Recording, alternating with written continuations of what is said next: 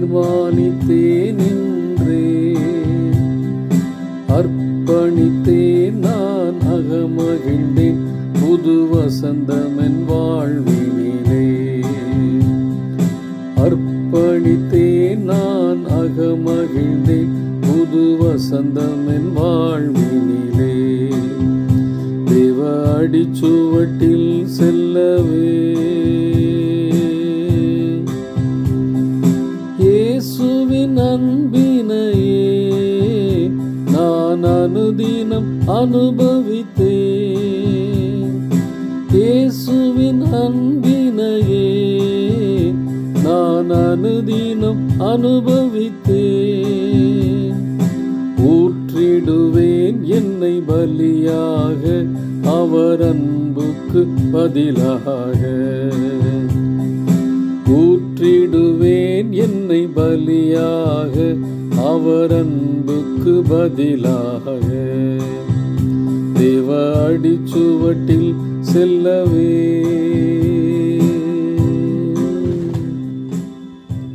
Dear friends, அன்பின் வாழ்த்துக்கள். ஆண்டவரும் இரட்சகருமாகிய இயேசு கிறிஸ்துவின் இனிய நாமத்திலே உங்களை வாழ்த்துகிறேன். முதலாவது தேவனுடைய ராஜ்யத்தையும் அவருடைய நீதியையும் தேடுங்கள், அதைவிட வேறொன்றும் பெரிதானதல்ல என்று மத்தேயு 6:33 வாசிக்கிறோம். அதைத்தான் லூக்காவும் வலியுறுத்துகிறார். 12ஆம் அதிகாரம் 31வது வசனத்தில், தேவனுடைய ராஜ்யத்தையே தேடுங்கள், அப்பொழுது இவைகளெல்லாம் உங்களுக்கு கொடுக்கப்படும். இவைகள்ங்கிறது என்ன? அதை விட்டுட்டு நானாக அநேக காரியங்களை என் சித்தப்படி இந்த பூமியில் தேடிக்கிட்டு இருக்கேன். அதை தேடுவதை விட்டுட்டு முதலாவது தேவனுடைய ராஜ்யத்தை தேடுங்க. அப்போ மற்ற நீங்கள் தேடுறீங்களே, இந்த உலகத்தில் என்னென்னமோ தேடுறீங்களே, அது பூரா நான் கொடுப்பேங்கிறார். இங்கே சீடர்களை பொறுத்தவரையில் அவங்களுக்குள்ள கவலை என்னென்னா, ஆஸ்தியை சேர்க்கக்கூடாது, பொருளாசி இருக்கக்கூடாதுன்னு சொல்கிறாரு. அப்போ சாப்பாட்டுக்கு என்ன பண்ணுவோம், ட்ரெஸ்ஸுக்கு என்ன பண்ணுவோம்னு சொல்லும் பொழுது ஆண்டவர் அநேக உதாரணங்களை காமிக்கிறார்.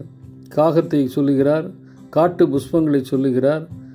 அவைகளுக்கு நான் உணவு கொடுக்கிறேன், அவைகளை உடுத்தி இருக்கிறேனே, சாலமோனை காட்டிலும் பெஸ்ட்டு ட்ரெஸ்ஸு அவைகளுக்கு கொடுத்துருக்கேன், அந்த மாதிரி ட்ரெஸ்ஸை யாருமே நெய்யவே முடியாதே.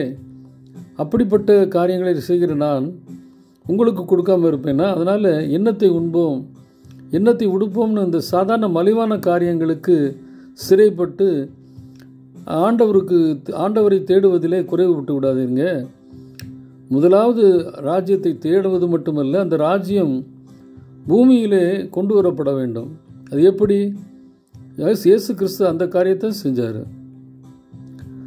பரத்திலுள்ள பிதாவின் சித்தத்தை பூமியில் நிறைவேற்றி பரத்துக்கும் பூமிக்கும் ஒரு ஐக்கியத்தை உருவாக்கினார். அதுதான் இன்றைக்கி நமக்கு தேவை. ஒரு இடத்துல மத்தேயு 7ஆம் அதிகாரத்தை வாசிக்கும் பொழுது, கர்த்தாவே கர்த்தாவே, நாங்கள் தீர்க்க தரிசனம் சொன்னோம், நாங்கள் அற்புதங்களை செய்தோம், எல்லாம் நல்லது தான். ஆனால் அதை காட்டிலும் ஆண்டவர் என்ன பண்ணார்னா, பரத்திலே செய்யப்படுகிற சித்தத்தை பூமியிலே நிறைவேற்றுவதற்கு மட்டுமே நம்ம அழைத்திருக்கிறார். அதுதான் முதலாவது, ஃபஸ்ட்டு. அப்போ முதலாவது தேவனுடைய ராஜ்யத்தை தேடும் பொழுது பூமியிலேயே நான் பரத்தை கொண்டு வர முடியும். அதைத்தான் ஆண்டவர் சொல்கிறார்.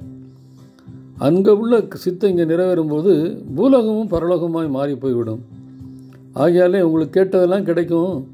நீங்கள் செய்ய வேண்டியது, தேட வேண்டியது முதலாவது தேவனுடைய ராஜ்யத்தை. அப்படி தேடும் பொழுது மற்றவைகளெல்லாம் மலிவானவைகளை நான் கூடுதலாக கொடுத்து உங்களை ஆசீர்வதிப்பேன் சொல்கிற ஆண்டவரை தேடுவோம். Seek God, not sin.